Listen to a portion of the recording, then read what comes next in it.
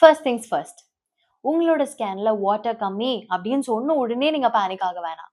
ஏன்னா இந்த வீடியோல ஏன் நடக்குது, எப்படி நடக்குது, எதுக்கு நடக்குது, எப்போ பயப்படணும் அப்படின்ற எல்லா விஷயத்தையும் உங்களுக்கு சிம்பிளா நான் சொல்றேன். முதல்ல ஒரு பெரிய பாயிண்ட், ஆலிகோஹைட்ராமினோஸ் அப்படின்னு சொன்ன உடனே உங்க பிரெக்னன்சி எல்லாமே ரொம்ப கடினமாயிடுச்சு அப்படின்னு கிடையாது. மெஜாரிட்டி ஆஃப் த கேஸ்ல நீங்க ஒரு நல்ல ஆன்டினேட்டல் செக்அப், அதாவது எல்லா ட்ரைமஸ்டரும் போய் டாக்டரை பார்த்து நீங்க செக்அப் பண்ணாலே பேபி சேஃப்.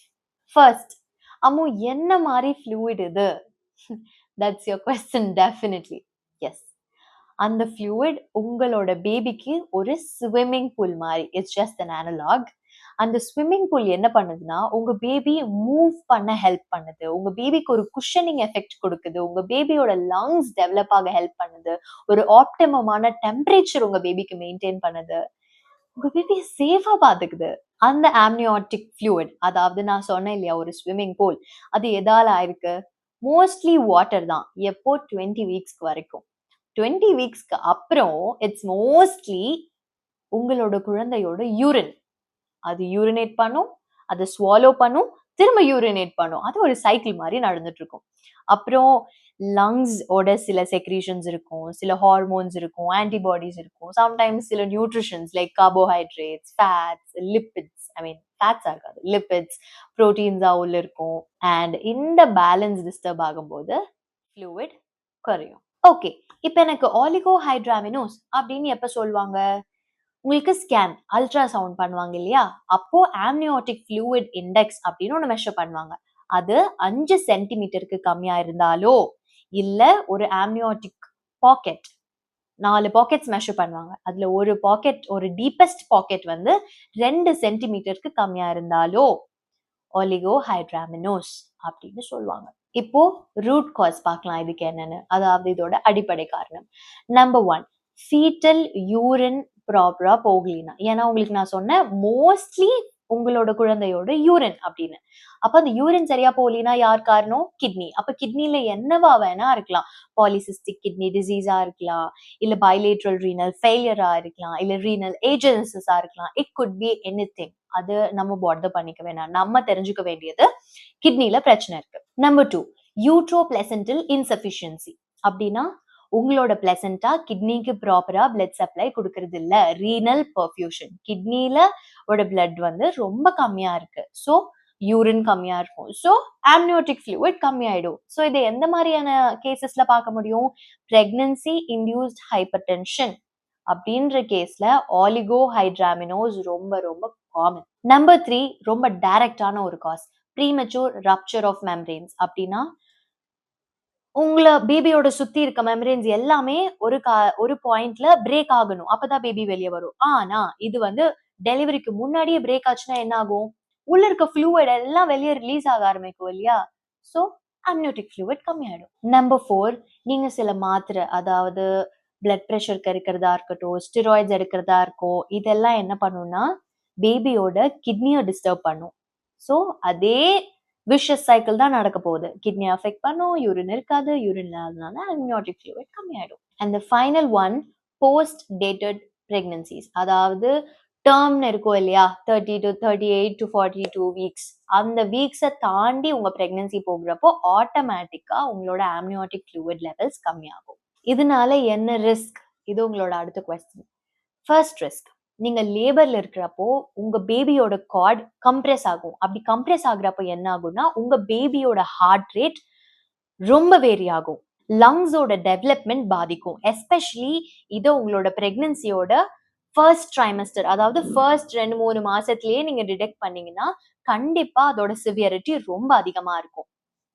அப்புறம் நீங்க சி செக்ஷனுக்கு தள்ளப்படலாம், இல்ல உங்க குழந்தை பிறந்ததுக்கு அப்புறமேட்டு அந்த குழந்தைக்கு என்ஐசியூ அட்மிஷன் தேவைப்படலாம். பெரிநேட்டல் மார்பிடிட்டி அண்ட் மார்டாலிட்டி ரொம்ப அதிகமா இருக்கும். ஆனா இந்த ஆலிகோஹைட்ராமினோஸ் அப்படின்ற கண்டிஷன் ஓட சிவியாரிட்டி என்னமோ அப்படின்னு கேட்டீங்கன்னா, ஃபர்ஸ்ட் ட்ரைமஸ்டர், செகண்ட் ட்ரைமஸ்டர்னு முன்னாடியே டயக்னோஸ் பண்ணப்பட்ட ஒரு கண்டிஷன்னா இதோட சிவியாரிட்டி ரொம்ப அதிகம். பட் உங்க 3rd ட்ரைமெஸ்டர் நீங்க டெலிவரி டேட் பக்கத்துல அந்த ஒரு 2-3 வீக்ஸ் முன்னாடி தான் எனக்கு எனக்கு டயக்னோஸ் பண்ணாங்க. அதுக்கு முன்னாடி எனக்கு இப்படி ஒண்ணும் இல்ல அப்டின்னா, கம்ப்ளீட்லி ஒரு சேஃபான பேபி தான் 99% நீங்க டெலிவர் பண்ணுவீங்க. சோ இதோட சிவியரிட்டி வந்து எதனால நடக்குது அண்ட் எந்த ஜெஸ்டேஷனல் மந்த்ஸ்ல உங்களுக்கு டயக்னோஸ் பண்ணியிருக்காங்கன்றது ரொம்ப ரொம்ப முக்கியம். ஓகே, இப்ப எனக்கு ஆலிகோஹைட்ராமினோஸ்ன்னு சொன்னா இந்த கண்டிஷன எப்படி எனக்கு மேனேஜ் பண்ணுவாங்க? ட்ரீட்மெண்ட் இருக்கா அப்படின்னு கேட்டா டெஃபினெட்லி இருக்கு. ஆனா மேனேஜ்மெண்ட் வந்து சிவியரிட்டி, காஸ், எந்த ஜெஸ்டேஷனல் மந்த் விச் மீன்ஸ் உங்க பிரெக்னன்சில எந்த மாசத்துல வந்திருக்கு இது எல்லாத்தையும் வச்சுதான் உங்களுக்கு ஒரு பர்சனலைஸ்ட் உங்களுக்காகவே கரெக்ட்டா பண்ணப்பட வேண்டிய ஒரு ட்ரீட்மெண்ட் பிளான் உங்களுக்கு கொடுக்கப்படும். ஃபர்ஸ்ட் கேஸ் ஒரு டெர்ம் பிரெக்னன்சில ஆலிகோஹைட்ராமினோஸ் அதாவது 37 வீக்ஸ் இல்ல மோர் தேன் 37 வீக்ஸ்ல தான் உங்களுக்கு ஆலிகோஹைட்ராமினோஸ் அப்படின்னு கண்டுபிடிச்சிருக்காங்கன்னா the only step they'll do is deliver your baby. உங்களோட சர்விக்ஸ், பேபியோட ஃபீட்டல் ஸ்டேட்டஸ் எல்லாம் பார்த்துட்டு உங்க பேபியை டெலிவர் பண்ணிடுவாங்க.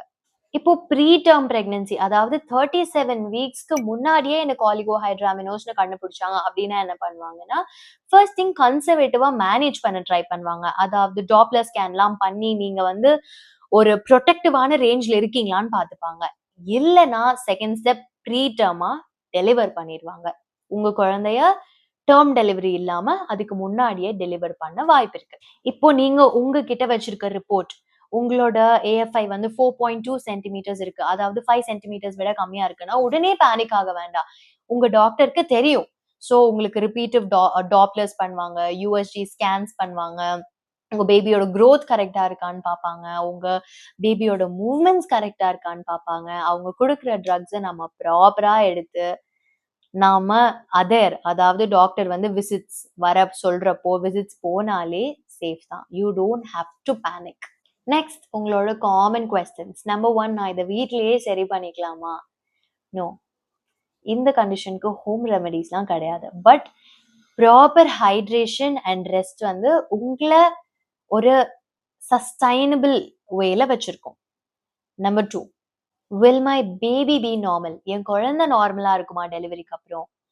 டிபெண்ட்ஸ். நான் தான் உங்ககிட்ட சொன்னேன்ல, ஆலிகோஹைட்ராமினோஸ்க்கு சிவியாரிட்டி வந்து இட் இஸ் பேசிக்கலி உங்களோட ஜெஸ்டேஷனல் மந்த் எந்த மந்த்ல கண்டுபிடிக்கிறீங்க அண்ட் அதோட காரணம் என்ன அப்படின்றது தான்.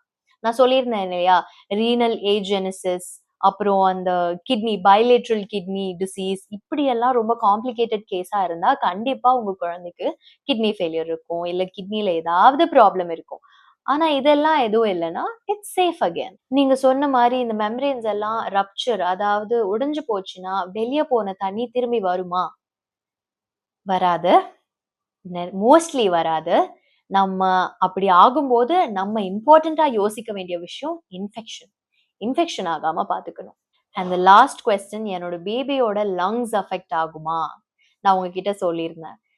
ஃபர்ஸ்ட் ட்ரைமெஸ்டர், செகண்ட் ட்ரைமெஸ்டர்ல எல்லாம் கண்டுபிடிச்சீங்கன்னா கண்டிப்பா லங்ஸ்ல பிரச்சனை வர வாய்ப்பு இருக்கு. ஆனா 3rd ட்ரைமெஸ்டர் நான் டேர்ம் அப்பதான் கண்டுபிடிக்கிறேன் அப்படின்னீங்கன்னா அவ்வளோ எதுவும் நீங்க பயப்பட தேவையில்லை. இப்ப நீங்க என்கிட்ட அம்மோ நான் வந்து ஆலிகோஹைட்ராமினோஸ் அப்படின்ற கண்டிஷனால டயக்னோஸ் பண்ணப்பட்டிருக்கேன், வாட் ஷுட் ஐ டூ?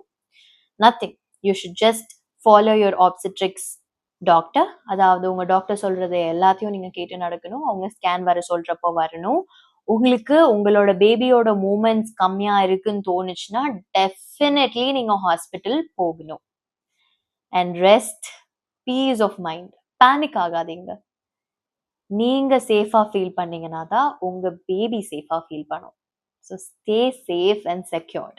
எனக்கு தெரியும் இது ஒரு சிக்கலான டாபிக் தான். ஆனா இத புரிஞ்சுக்கிறது ரொம்ப முக்கியம். ஏன்னா இதை நீங்க புரிஞ்சுக்கிறப்போ டாக்டர் உங்களுக்கு ஒரு ஸ்கேன் பண்றப்போ இல்ல உங்களுக்கு ஒரு மெடிசின்ஸ் கொடுக்குறப்போ உங்களை ரொம்ப ரொம்ப அடிக்கடி வந்து ரிப்போர்ட் அதாவது விசிட்ஸ் ஹாஸ்பிட்டலுக்கு நீங்க பண்ணணும் அப்படின்னு சொல்றப்போ அதோட இம்பார்ட்டன்ஸ் உங்களுக்கு புரியும். அது வந்து உங்க ஹெல்த்துக்கும் உங்க பேபி ஹெல்த்துக்கும் அது எவ்வளோ ப்ரொடெக்ட் பண்ணுது அப்படின்றதும் உங்களுக்கு புரியும். நீங்க அது கரெக்டா ஃபாலோவும் பண்ணுவீங்க. So if you like this video, இந்த வீடியோ முடிவில் நான் கண்டிப்பா இது கத்துக்கிட்டாமோ, எனக்கு அட்லீஸ்ட் ஒரு விஷயம் ஆவது நீ எனக்கு புரிய வச்சுட்ட அப்படின்னு தோணுச்சுன்னா subscribe, support, love, show love, like, share to your friends. உங்களோட அம்மா, அக்கா, கலீக் யாருக்கா வேணா ஷேர் பண்ணுங்க. அண்ட் இந்த மாதிரி ஏதாவது ஒரு காம்ப்ளெக்ஸான கண்டிஷன் உங்களுக்கு புரியணும் அப்படின்னா காமெண்ட் பாக்ஸ்ல கொடுங்க, நான் கண்டிப்பா பேசுவேன். So this is Ammu from Med School signing off. Tara, bye bye, take care.